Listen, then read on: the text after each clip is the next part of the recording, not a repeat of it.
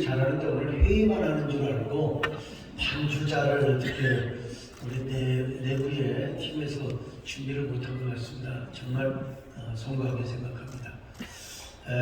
우리 부활절 연합예배 하나님께 정말 다시 한번 영광을 돌리고요.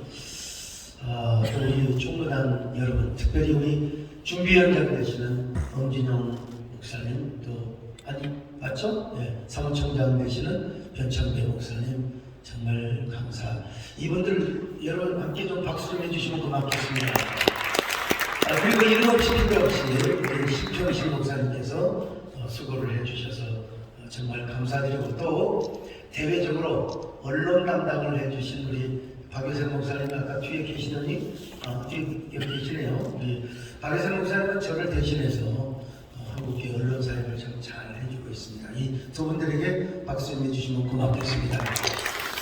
여러분, 우리가 부활의 빛 안에서 하나 되자고 했지 않습니까? 이걸 또 어떤 분들은 잘못 해석을 하는 걸 보는데 해석이야 각자의 몫이고요.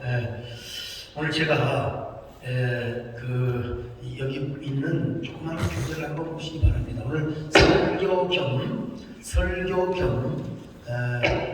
한국교회 연합기관 하나 될 수 없을까? 이거 원래 지난 2월 달에 제가 어느 기관에서 발표를 하려고 했는데 코로나 때문에 하지를 못했습니다.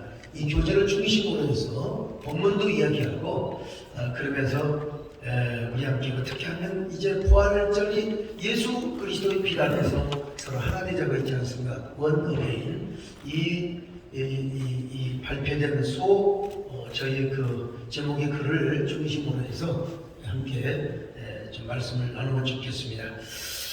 이 시점에서 우리 교회 연합기관 통합 논의를 해야 하는 이유는, 교회를 다니는 사람이라면 주일학교 학생들도 잘할 것입니다. 지금 한국교회는 사면 초가의 위기에 빠져 있다. 이 위기를 모르면 이제 큰일 나는 거죠.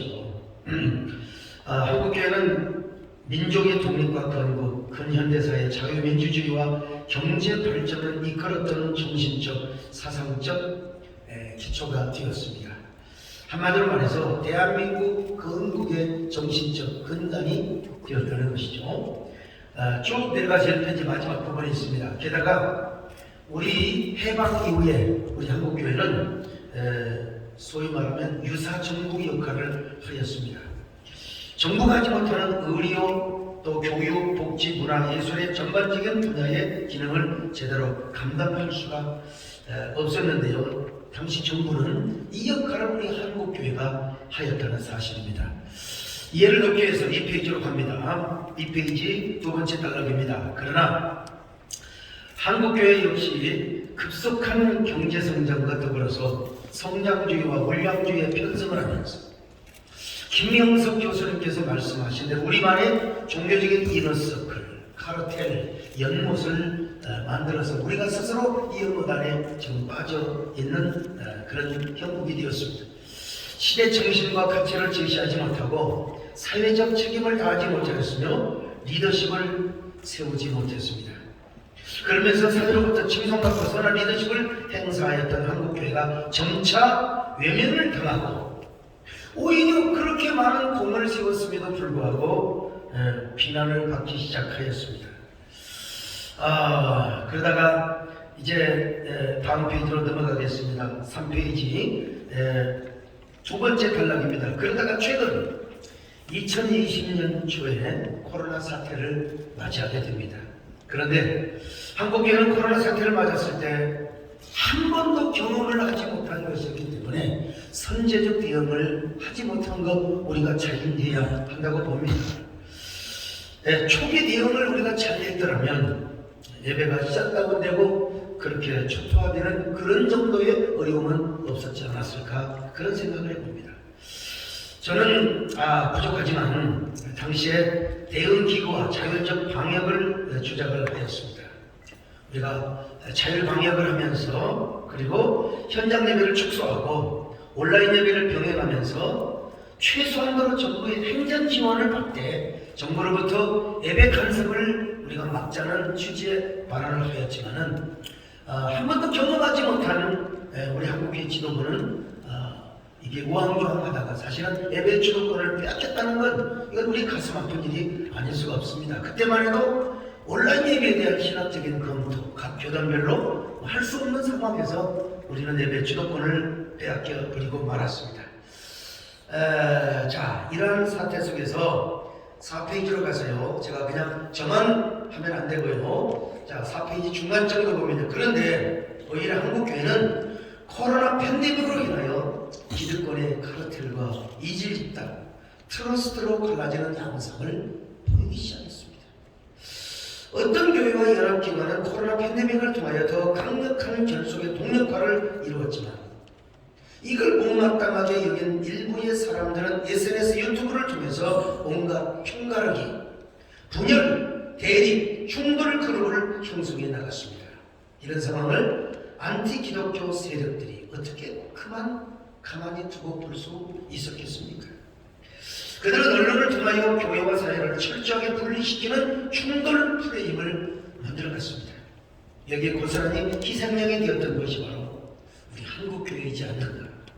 그런 점에서 한국교회는 팬데믹의 후유증을 얼마나 크게 앓을 것인가를, 여러분 지금 백신 문제를 비롯해서 앞으로 우리 한국은 적어도 내년이 가야 이제 비교적 집단 면역체가 생긴다고 하는데 앞으로도 언제 어떤 일이 있을지 지금 우리는 예견을 할 수가 없는 상황입니다.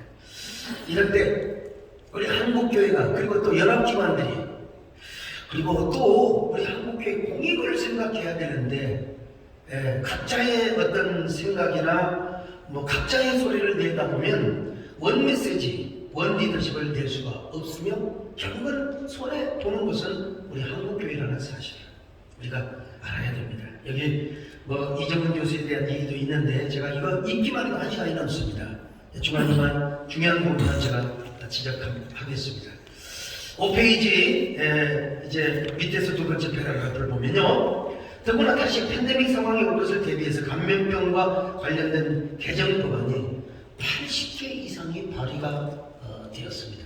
이 개정 법안에 대해서 우리가 잘 대처하지 않으면 정말 큰일입니다. 여러분, 우리가 나가서 피켓을 들고 반정부 또 국회 앞에 가서 우리가 시위를 하는 것도 중요합니다. 그러나 그것이 받아들여져야 되거든요. 그리고 그것이 잘 설득이 돼서 뭔가를 막아내고, 그래 우리가 무슨 어떤 소리만 질렀다고 해서 되는 게 아니라 뭔가 설득을 하고 협상을 해서 얻어낼 것은 얻어내는 것은 정말 어려운 일인 것입니다. 이걸 우리가 알아야 되는데요. 정말 비근한 예로 이 동로마 교회와 러시아 정교회는 서로가 서로의 주장을 내세우다가 결국 망하게 되었던 것을 우리가 봅니다. 지금이야말로 한국교회 연합기관은 한국교회 생태계 보호와 공적 사역의 미래를 위하여 새판짜기를 하고, 우리가 부활절 연합예배 우리가 한번 잘 드리는 것도 중요하지만 이제 우리 존경하는 주모님들이 마음을 하나로 모두 주셔서 우리 한국교회 연합기관을 하나로 만드는 것이 이 시대의 역사적인 소명이고 그야말로 거부할 수 없는 사명이라고 저는 확신을 하고 있습니다.